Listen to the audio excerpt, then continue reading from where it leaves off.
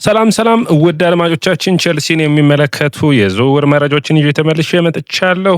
ውድ አድማጮቻችን ቸልሲ በብሉኮ ግሩፕ ካስፈረማቸው ምርጥ ተጫዋቾች 10ን ቴሌግራፍ ይዞት ወጥቷል። እነሱን እናቀርብላችኋለን። ጥሩ ዜናም ተሰምቷል። ኮልዌል ወደ ሳር ልምምድ ተመልሷል። ይህ ለቸልሲ ደጋፊ ጥሩ ዜና ነው ብዬ አስባለሁ። በውድድር ዓመቱ መጨረሻ ላይ በተለይ በአንዳንድ ውድድሮች ለፍጻሜ የሚደርሱ ከሆነ ይህ ተጫዋች የመሰለፍ እድል ሊኖረው ይችላል። አክሰል ዴሳሲን በሚመለከት ከዌስትሃም ጋር የሚያደርገው ዝውውር ሙሉ በሙሉ ተጠናቆ ነበር። ነገር ግን ተጫዋቹ አሁንም ፍላጎት ወደ ሚላን ማቅናት እንደሆነና የሚላንን ጥያቄ እየጠበቀ ነው። አሁንም የዌስትሃም ጥያቄ ጠረጴዛው ላይ እንደተቀመጠለት እንደሆነ ፋብሪዚዮ ሮማኖ ዘግቧል። የመጨረሻው ውሳኔ የተጫዋቹ ነው የሚሆነው። ዴሳሲ ወደ ጣሊያን የሚያቀና ከሆነ በተለይ ለቸልሲ የተሻለ እድል ይኖረዋል ብዬ አስባለሁ። ምክንያቱም የተሻለ ዋጋን ለማግኘት በለንደንም በውሰት እንግዲህ ቸልሲ በሁለቱ ቡድኖች መካከል መፎካከር የተሻለ ገንዘብን የሚያገኝ ይሆናል ተብሎ ይጠበቃል። ወደ አድማጮቻችን በብሉኮ ግሩፕ በቶዲ ቦሄልና እንዲሁም ደግሞ በኢግባሊ ስር ከፈረሙ ምርጥ 10 ፈራሚዎች ብሎ ቴሌግራፍ ያወጣውን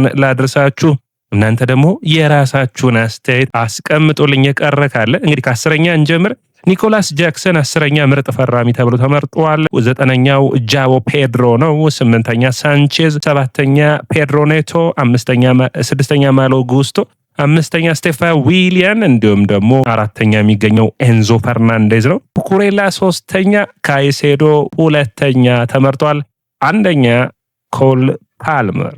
አስገራሚ ነው እንግዲህ የኮል ፓልመር ዝውውር ባልተጠበቀ ሁኔታ በተለይ ያ የክሪስቶፈር ንኩኩ መጎዳት እንግዲህ ለኮል ፓልመር እድል ፈጥሮ ኮል ፓልመር ምርጡ ፈራሚ እንደሆነው እንግዲህ በሚቀጥሉት ጊዜያቶች ደግሞ የስቴፋ ዊሊያን ምርጥ ብቃትን የምናይ ከሆነ ከወጣበትም ዋጋ አንጻር 2ኛ ወይም 3ኛ የመሆን እድል ሊኖር ይችላል። ኩኩሬላም የሚገባው ነው ብዬ አስባለሁ። እንግዲህ እዚህ ስብስብ ውስጥ ያልተመረጠ ያያችሁት የእናንተን አስተያየትና ኮሜንት የምጠብቅ ነው የሚሆነው። እንግዲህ ሌላኛው ፓኬታ ወደ ፍላሚንጎ የሚያደርገውን ዝውውር ተጠናቋል። ታዲያ ከተጠናቀቀ በኋላ አስተያየቶቹን እየሰጠ ነበር። ኤጀንት ያለ ቶተናም ደውለዋል፣ ቸልሲም ፍላጎት አለው ብሎ ጠየቀኝ። ነገር ግን ፍላሚንጎስ ብዬ ነው የጠየቅኩት አለ። ነገር ግን ፍላሚንጎ ጥያቄ ስላቀረቡ ምርጫዬን ፍላሚንጎ አድርጌ ወደ ፍላሚንጎ አቅንቻለሁ የሚል አስተያየቱን ሰጥቷል። ለቸልሲ ጥሩ የሚባል ነው ብዬ አስባለሁ። ሊየም ሮዝነሪ በቀጥታ ለቸልሲ ኃላፊዎች መማዱ ሳርን ጀርሚ ጃኬት የማይሳካ ከሆነ መማዱ ሳርን እንደሚፈልጉ በግልጽ ጥያቄዎችን አቅርበዋል ይለናል። እንግዲህ መረጃዎቹ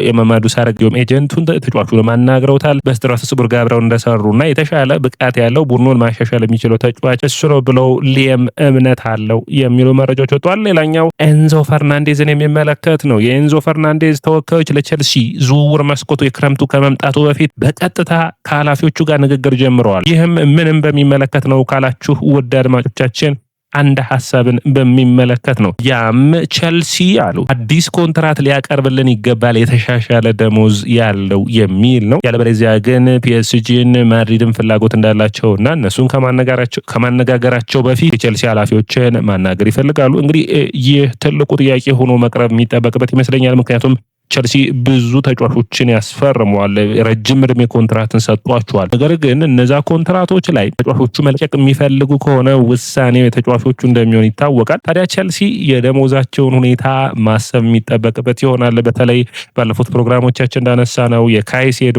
የኤንዞ ፈርናንዴዝ 2 እና 3 ዓመታት በኋላ በፕሪሚየር ሊግ የተለመደ ነው ኮንትራትን ማደስ። ታዲያ ያንን ማድረግ ከቸልሲ የሚጠበቅ ይሆናል። ሌላኛው መረጃችን የሚሆነው ኬንድሪክ ፓይዝን የሚመለከት ነው። ደድማዎቻችን ይህንን በሚመለከት ጠለቅ ያለ ጽሁፍ ወጥቷል። ያልጠበቁ ሁኔታዎችም አጋጥሞታል። ይህ እንግዲህ 18 ዓመቱ ተጫዋች ከኢንዲፔንደንት ደለቫሌ ገና በ15 ዓመቱ የመጫወት እድልን ያገኘ እንዲሁም ደግሞ በ16 ዓመቱ ኢኳዶርን ወክሎ በደቡብ አሜሪካ ውድድር ላይ በኮሜቦል ላይ የተሳተፈ በጣም አስደናቂ ተጫዋች ነበር እና ቸልሲ በጥር የዝውውር መስኮት በግራም ፖተር ስር እያሉ ያስፈረሙት አስደናቂ ተጫዋች ነበር። ታዲያ ይህ ተጫዋች 18 ዓመቱ ከሞላው በኋላ ቸልሲ ተጫዋቹን በባለፈው ክረምት እንዳገኙት ይታወቃል። እንደ ስቴፋ ዊሊያን የሚጠበቅ ተጫዋች ነበር። ነገር ግን በአምና በሰራውት ፕሮግራሞች ላይ ወደ አድማጮቻችን እናንተም ታስታውሱ ከሆነ የፕሮፌሽናል ችግር እንዳለበት ፓርቲዎችን እንደሚያበዛ አስተያየትን ሰጥቼ ነበር። እንዲሁም ደግሞ መረጃዎቹን ጠቁሜ ማለት ነው። አሁን ታዲያ በስትራስቡርግ በሚገርም ሁኔታ ይህ ሁኔታ ተደግሟል። ይህ ተጫዋች አንደኛ ባልጠበቀ ሁኔታ ወደ ቸልሲ ውሰቱን አቋርጦ ይመለሳል ብለን ስንጠብቅ በ18 ወራት የውሰት ውል ወደ ሪቨር ፕሌት አርጀንቲና አቅንቷል። ይህንን ተከትሎ በዚህ ሁኔታ ላይ ውሳኔዎች ይጠበቁ ነበር። ቸልሲ ታዲያ ለምን ይህንን ውሳኔ ወሰነ የሚል ነው። ይህ ኢኳዶራዊ ተጫዋች እንግዲህ በኢኳዶር ብሔራዊ ቡድን ጥሩ ፐርፎርማንስ የሚያሳዩ የእንግሊዝ ፕሪሚየር ሊግ ተጫዋቾች አሉ።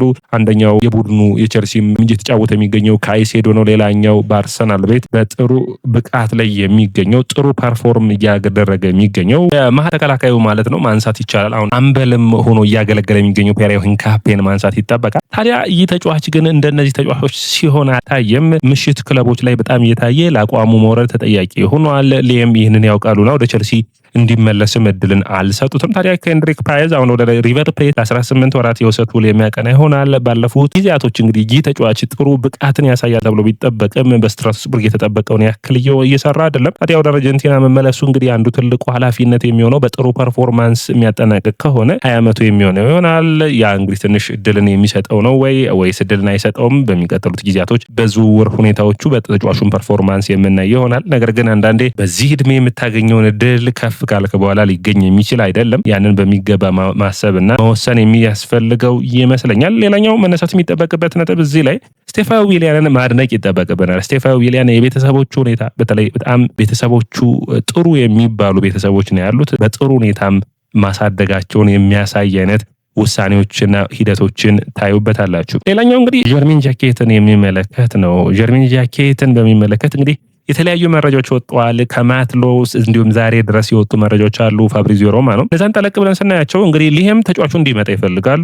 የዚህ ዝውውር ካልተሳካ ነው እንግዲህ በዝውውር ሂደት ውስጥ አንድ ተጫዋችን መመዱ ሳርን ንግግርን የሚያደርግ የሚፈልጉት። ሊቨርፑልና ባየርን ተጫዋቹን ይፈልጉታል። ነገር ግን ሬንስ ተጫዋቹን መልቀቅ አልፈለጉም። ተጫዋቹ ደግሞ ምርጫው ቸልሲን አድርጓል። ቸልሲ ይህንን ዝውውር ማከናወን ይፈልጋሉ። እንዲሁም ፋብሪዚዮ እንደሚለው ከሆነ የኤንዞ ፈርናንዴዝ አይነት ዝውውር ሊሆን ይችላል። በዝውውሩ መጨረሻ ቀን ሊጠናቀቅ ይችላል። ሰኞ ነው የዝውውሩ የሚዘጋው በፈረንጆቹ ፌብራሪ 2 ወይም የካቲት 2። እንግዲህ ዝውውሩ እንደቀጠለ ነው የሚገኘው። ተጫዋቹ ሁለት አይነት ሁኔታዎች አሉ። ቸልሲዎች እስከ መጨረሻው ሞክረው አንደኛ በ6 ወር ውሰት እዛው እንዲቆይ ማድረግ ነው የሚሳካ ከሆነ ማለት ነው። ያለበለዚያ ግን ወደ ቸልሲ ማምጣት ነው የቸልሲ ተቀዳሚ ዓላማው። ተጫዋቹን ማስፈረም፣ በቀጥታ ወደ ቡድኑ መጥራት ነው። ነገር ግን ያማይሆን ከሆነ ሬንስ ተጫዋቹን የሚፈልግ ከሆነ ማቆየት ይፈልጋል የሚል ነው። ሬንስ እንግዲህ የአጥቂ መስመር ተጫዋቻቸውን ወደ አልሂላል ልከዋል እና የገንዘብ ችግር የለባቸውም። ስለዚህ እዚህ ላይ ውሳኔዎችን እየፈለጉ ይገኛሉ። ቸልሲ ገፋ ብሎ እየሞከረ ይገኛል። ምክንያቱም ቸልሲም ሬንስም ተነቃቅተዋል። ምንድነው የተነቃቁበት ካላችሁኝ ደግሞ ቸልሲ ተጫዋቹ በክረምቱ ከሆነ ዋጋው እንደሚጨምር ያምናል። 50 ሚሊዮን ፓውንድ እስከ 55 ሚሊዮን መስማማት እየሞከሩ ነው። በክረምት ከ60 በላይ እንደሚሆን ያውቃል። እንግዲህ ድርድሮቹ እንደቀጠሉ ይገኛሉ። እንግዲህ የዚህ ተጫዋች መምጣት በተለይ ፎፋና በባለፈው ጨዋታ ላይ በኔፕልሱ ጨዋታ ላይ መሀል ዋና ተከላካይ ያስፈልጋል። ፎፋና በእንደዚህ አይነት ሁኔታ ሳይሆን ከመሀል ተከላካይ ጎን የሚሰለፍ አይነት ተጫዋቹ ነው የምታዩት።